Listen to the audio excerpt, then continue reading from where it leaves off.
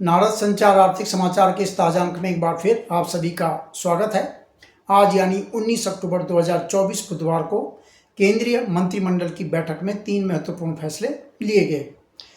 ये बैठक प्रधानमंत्री नरेंद्र मोदी की अध्यक्षता में हुई और जो पहला फैसला है, सरकारी कर्मचारियों और पेंशनर के लिए 3% का अतिरिक्त महंगाई भत्ता और महंगाई राहत इसको जो है फैसला किया गया है। यानी अब सरकारी कर्मचारियों को 3% और महंगाई भत्ता मिलेगा और पेंशनरों को 3% ज़्यादा महंगाई राहत मिलेगी। तो इसे मिलाकर अब ये हो गई है 53% और ये 1 जुलाई 2024 से लागू हो जाएगी। इससे केंद्र सरकार के 49,18,000 कर्मचारियों को और 64,89,000 यानी करीब 65 लाख आप कह सकते हैं पेंशनरों को लाभ पहुंचेगा। और ये जो 3% बढ़ा है, इससे सरकारी खजाने पर हर साल 9,448 करोड़ 35 लाख रुपए का अतिरिक्त बोझ बढ़ेगा।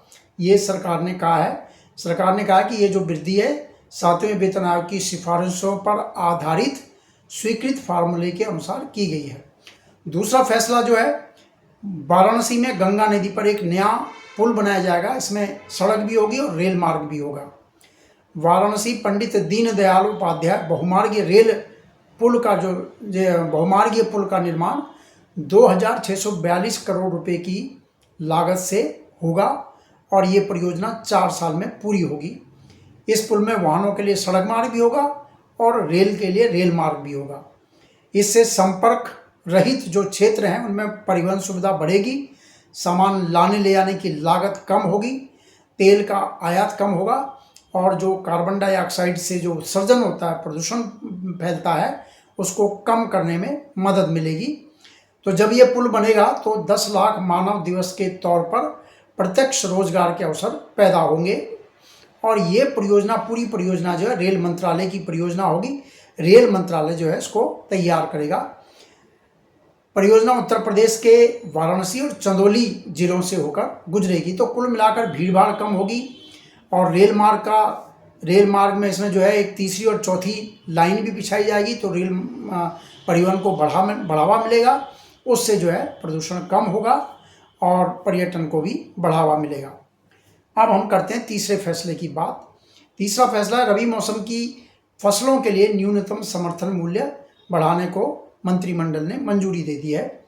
विपणन सत्र 2025-26 के दौरान रबी मौसम की जो भी सभी मंजूरी प्राप्त फसलें हैं उनका एमएसपी बढ़ाने को ये मंजूरी दी है। सबसे ज़्यादा एमएसपी बढ़ेगा सरसों और रेपसीड का, 300 रुपये प्रति क्विंटल एमएसपी बढ़ाया गया है। उसके बाद मसूर का एमएसपी 275 रुपये क्विंटल बढ़ाया गया है। चने का एमएसपी 210 रुपये, गेहूँ का 150 रुपये, साफ फ्लावर यानी कुसुम का 140 रुपये और जौ का एमएसपी 130 रुपये बढ़ाने का फैसला किया गया है। सरकार खाद्य तेलों को और दलहन के घरेलू उत्पादन को बढ़ावा देना चाहती है, इसलिए इनके एमएसपी में ज़्यादा वृद्धि की गई है।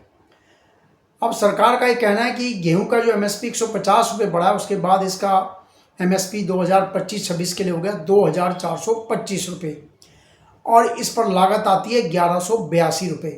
तो लागत है 1,182 रुपये, एमएसपी किया 2,425 रुपये, यानी दुगने से भी ज़्यादा, 105% ज़्यादा है। और ये पिछले साल के मुकाबले 150 रुपये इसमें वृद्धि हुई है। जौ का एमएसपी 130 रुपये बढ़ाया है। लागत जो सरकार कहती है कि इसकी लागत कितनी है, उत्पादन लागत 1,239 रुपये और एमएसपी कितना हो गया अब 1,980 रुपये, यानी लागत के मुकाबले 60% ज़्यादा।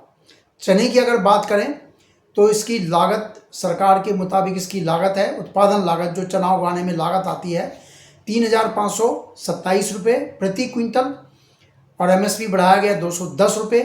तो एमएसपी हो गया 5,650 रुपये, यानी उत्पादन लागत से 60% ज़्यादा जो है सरकार एमएसपी दे रही है। मसूर की बात करें, उत्पादन लागत बताई गई है 3,537 रुपये, वृद्धि की गई है 275 रुपये की और जो रबी मार्केटिंग सत्र के लिए जो अब जो एमएसपी है वो 6,700 रुपये हो गया है। तो उत्पादन लागत के मुकाबले करीब 90% ज़्यादा है। सरसों की बात करें, उत्पादन लागत बताई गई है 3011 रुपये, और जो एमएसपी है 300 रुपये बढ़ाकर किया गया 5950 रुपये। पिछले साल के मुकाबले, पिछले साल था 5650, 300 रुपये बढ़ा के हो गया 5950। तो उत्पादन लागत से करीब 98% ज़्यादा है। कुसुम 50% जो है लागत के मुकाबले ज़्यादा है, 140 रुपये बढ़ाकर 5940 रुपये इसका एमएसपी किया गया है। तो सरकार कह रही है कि उसने एमएसपी जो भी किया है, तो जो उत्पादन लागत उनकी है उसके मुकाबले कहीं पे 50% ज़्यादा है, कहीं पे 60%, कहीं पे 90%, कहीं पे 105%, यानी दुगने से भी ज़्यादा रखा गया है। जैसे कि गेहूं की बात है, गेहूं की उत्पादन लागत 1182 रुपये क्विंटल और एमएसपी है 2425, यानी 105% ज़्यादा। अब सरकार ने इसमें यह भी बताया, स्पष्ट किया है कि उत्पादन लागत में हम क्या क्या चीज़ जोड़ते हैं, उत्पादन लागत कैसे तय हो रही है। सभी भुगतान शामिल है, जैसे कि फसल को उगाने के दौरान श्रमिक को जो आप पैसा देते हैं, बैलगाड़ी पर जो खर्च होता है, मशीन अगर ट्रैक्टर वगैरह कुछ है उसका जो खर्च है, पट्टा भूमि का किराया, बीज, उर्वरक, खाद, सिंचाई पर आने वाला खर्च, कृषि उपकरण और मकान का जो हिस्सा यूज होता है उसमें जो मूल्य ह्रास होता है वो भी शामिल करते हैं। कार्यशील पूंजी, अगर आपने कोई पैसा लिया फसल के लिए, उस पर जो आप ब्याज देते हो वो भी शामिल करते हैं।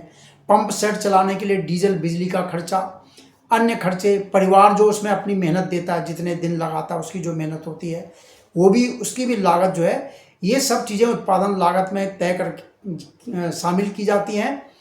और केंद्रीय बजट 2018-19 में जो कहा था, सरकार ने घोषणा की थी कि एमएसपी जो तय किया जाएगा उसमें उत्पादन की जो लागत है उसको अखिल भारतीय भारित औसत लागत का कम से कम 1.5 गुना पर तय किया जाएगा। तो ये जो दाम है, जो भी इसमें जो खर्चे हमने बताए, ये अखिल भारतीय औसत जो उसका है उसके हिसाब से शामिल की जाती है।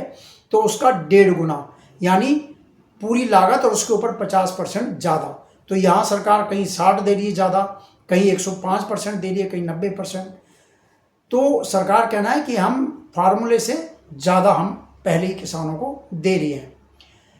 अब इसका दूसरा एक पहलू है कि किसान तो चाहता है कि उसे ज़्यादा से ज़्यादा एमएसपी मिले, और दूसरी तरफ जो उपभोक्ता है, हम जैसे जो उपभोक्ता है, हम चाहते हैं कि कोई भी चीज़ बाज़ार में है उसकी कीमत ज़्यादा ना बढ़े, हमें सस्ती मिले।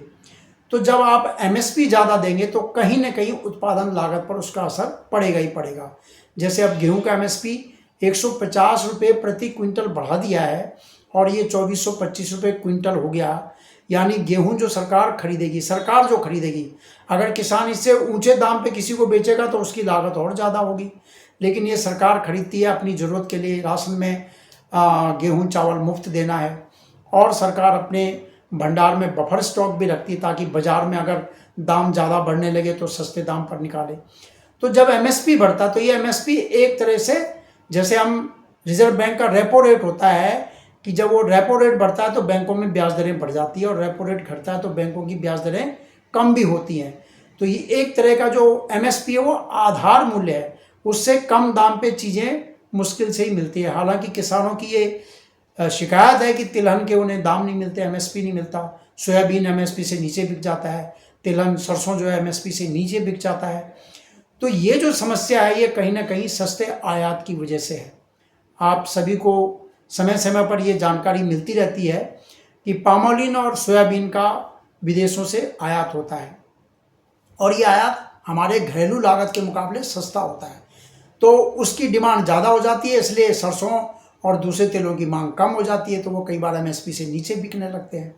हालांकि सरकार सरसों की भी, सोयाबीन की एमएसपी पर खरीद करती है, लेकिन सरकार पूरा जितना भी पैदावार है पूरी की पूरी नहीं खरीद पाती है, वो अपनी ज़रूरत के हिसाब से खरीदती है। तो अब ये है कि जब सरसों, किसान कहेगा कि वो सरसों तभी उगाएगा जब उसे अच्छा दाम मिलेगा, अच्छा दाम नहीं मिलेगा तो वो कुछ और उगाने लगेगा। तो ये तमाम चीज़ें हैं, ये पूरा गणित है, इसको समझने की ज़रूरत है।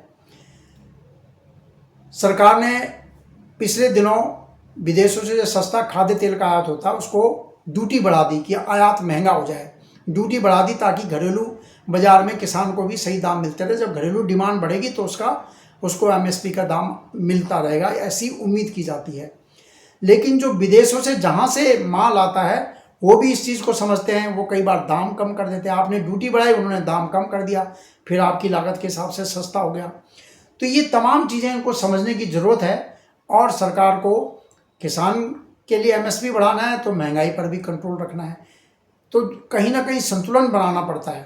तो एमएसपी बढ़ेगा तो महंगाई पर उसका असर होगा, लेकिन किसान को उसकी लागत चाहिए, सरकार को उसकी जो है लागत भी देनी है, उसको कुछ लाभ भी देना है।